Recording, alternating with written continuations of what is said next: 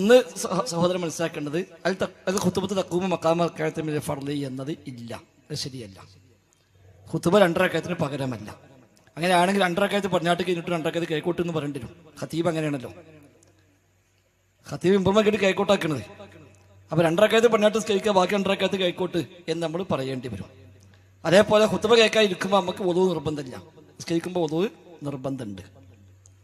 പിന്നെ നിസ്കാരം റബ്ബിനോടുള്ള സംഭാഷണമാണ്. ഖുതുബ ഇബാദല്ലാഹ് ഇത്തഖുല്ലാഹ്, അടിമയോടുള്ള സംസാരമാണ്. അപ്പോൾ ഒരിക്കലും ഖുതുബ 2 റക്അത്തിന് പകരമല്ല. 4 റക്അത്തുള്ള ളുഹർ 2 ആക്കി മാറ്റി ബാക്കി 2 ഖുതുബ ആക്കിയതുമല്ല.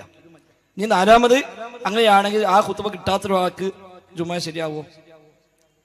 അവിടെ ഇഖാമത്ത് കൊടുക്കാൻ നേരത്തെ വന്നത്, 2ാമത്തെ ഖുതുബ എടുക്കുമ്പോഴാണ് വന്നത്. അവന് ജുമുഅ ശരിയാകുമോ?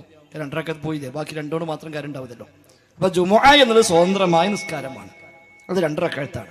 അത് 4 ചുരുക്കി